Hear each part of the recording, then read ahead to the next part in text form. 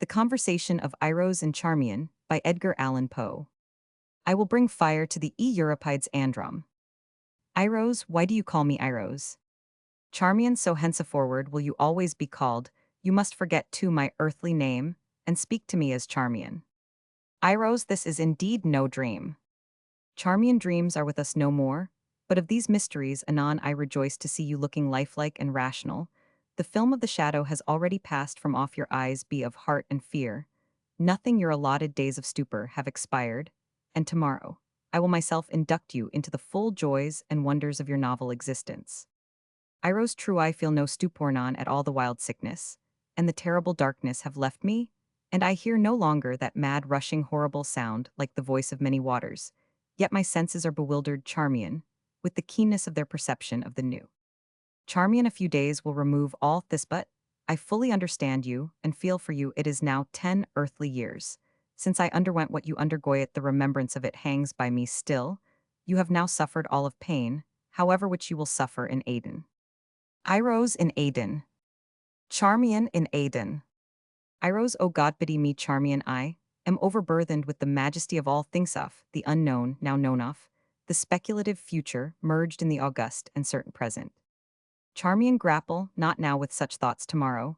We will speak of this your mind wavers, and its agitation will find relief in the exercise of simple memories. Look not around nor forward but back. I am burning with anxiety to hear the details of that stupendous event, which through you among us tell me of it. Let us converse of familiar things in the old familiar language of the world, which has so fearfully perished. Iros most fearfully fearfuleth is indeed no dream. Charmian, dreams are no more was I much mourned my Iros. Iros mourned Charmiano deeply to that last hour of all there hung a cloud of intense gloom and devout sorrow over your household. Charmian and that last hour speak of it. Remember that beyond the naked fact of the catastrophe itself, I know nothing. When coming out from among mankind, I passed into night through the grave at that period. If I remember aright, the calamity which overwhelmed you was utterly unanticipated. But indeed I knew little of the speculative philosophy of the day. Iros, the individual calamity was, as you say, entirely unanticipated, but analogous misfortunes had been long a subject of discussion. With astronomers I need scarce tell you, my friend, that even when you left us men had agreed to understand those passages in the most holy writings, which speak of the final destruction of all things by fire as having reference to the orb of the earth alone, but in regard to the immediate agency of the ruin, speculation had been at fault from that epoch in astronomical knowledge, in which the comets were divested of the terrors of flame. The very moderate density of these bodies had been well established. They had been observed to pass among the satellites of Jupiter, without bringing about any sensible alteration either in the masses or in the orbits of these secondary planets. We had long regarded the wanderers as vapory creations of inconceivable tenuity, and as altogether incapable of doing injury to our substantial globe, even in the event of contact.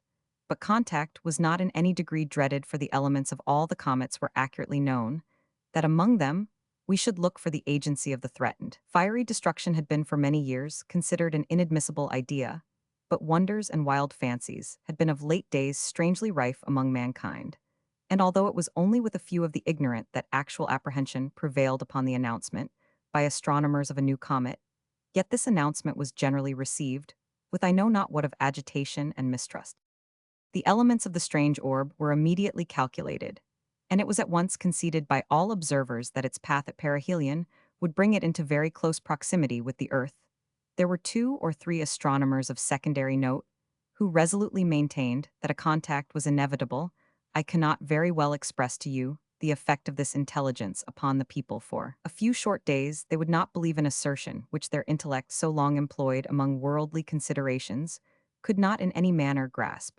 But the truth of a vitally important fact soon makes its way into the understanding of even the most stolid. Finally, all men saw that astronomical knowledge lied not, and they awaited the comet. Its approach was not at first seemingly rapid, nor was its appearance of very unusual character.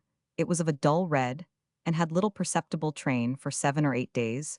We saw no material increase in its apparent diameter, and but a partial alteration in its color. Meantime, the ordinary affairs of men were discarded, and all interests absorbed in a growing discussion instituted by the philosophically in respect to the cometary. Nature, even the grossly ignorant, aroused their sluggish capacities to such considerations.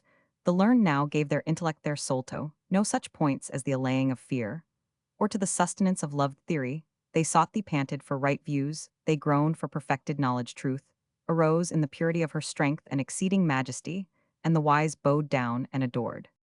That material injury to our globe, or to its inhabitants, would result from the apprehended contact, was an opinion which hourly lost ground among the wise, and the wise were now freely permitted to rule the reason and the fancy of the crowd. It was demonstrated that the density of the comet's nucleus was far less than that of our rarest gas, and the harmless passage of a similar visitor among the satellites of Jupiter was a point strongly insisted upon, and which served greatly to allay terror. Theologists, with an earnestness fear enkindled, dwelt upon the biblical prophecies, and expounded them to the people with a directness and simplicity of which no previous instance had been known. That the final destruction of the earth must be brought about by the agency of fire was urged with a spirit that enforced everywhere conviction, and that the comets were of no fiery nature, as all men now knew, was a truth which relieved all in a great measure from the apprehension of the great calamity foretold. It is noticeable that the popular prejudices and vulgar errors in regard to pestilences and warsares,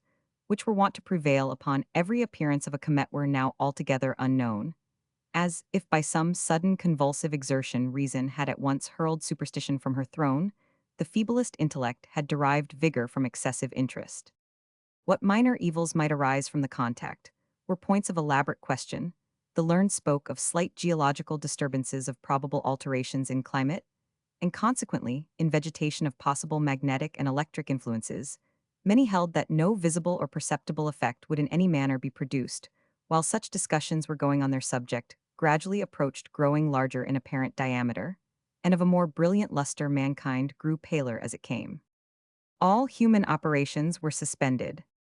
There was an epoch in the course of the general sentiment when the comet had attained at length a size surpassing that of any previously recorded visitation, the people now dismissing any lingering hope that the astronomers were wrong experienced all the certainty of evil.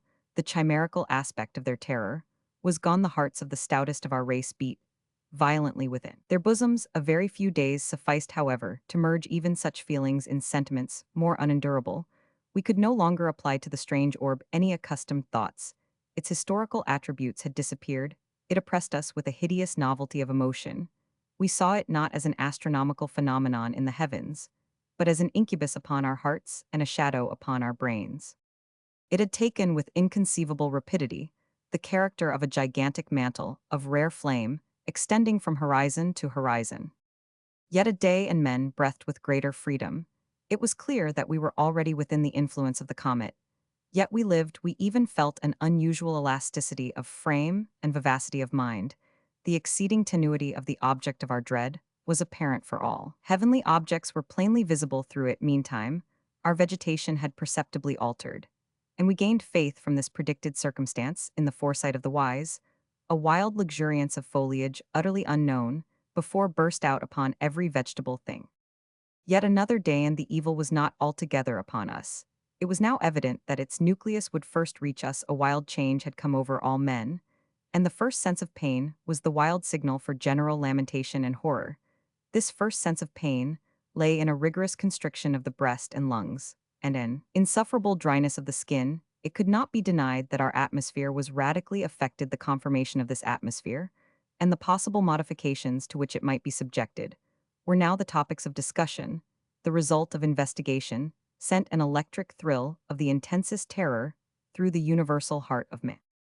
It had been long known that the air which encircled us was a compound of oxygen and nitrogen gases, in the proportion of 21 measures of oxygen and 7 to 9 of nitrogen, in every 100 of the atmosphere. Oxygen, which was the principle of combustion, and the vehicle of heat, was absolutely necessary to the support of animal life, and was the most powerful and energetic agent in nature. Nitrogen, on the contrary, was incapable of supporting either animal life or flame. An unnatural excess of oxygen would result, it had been ascertained, in just such an elevation of the animal spirits as we had latterly experienced. It was the pursuit, the extension of the idea, which had engendered all what would be the result of a total extraction of the nitrogen, a combustion irresistible, all-devouring, omniprevalent, immediate, entire fulfillment. in all their minute and terrible details of the fiery and horror-inspiring denunciations of the prophecies of the Holy Book.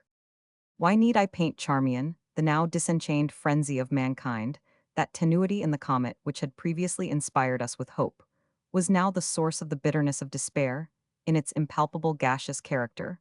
We clearly perceived the consummation of fate meantime a day again, passed bearing. Away with it the last shadow of hope we gasped in the rapid modification of the air, the red blood bounded tumultuously through its strict channels, a furious delirium possessed all men, and with arms rigidly outstretched towards the threatening heavens they trembled and shrieked aloud, but the nucleus of the destroyer was now upon us even here in Aden. I shudder.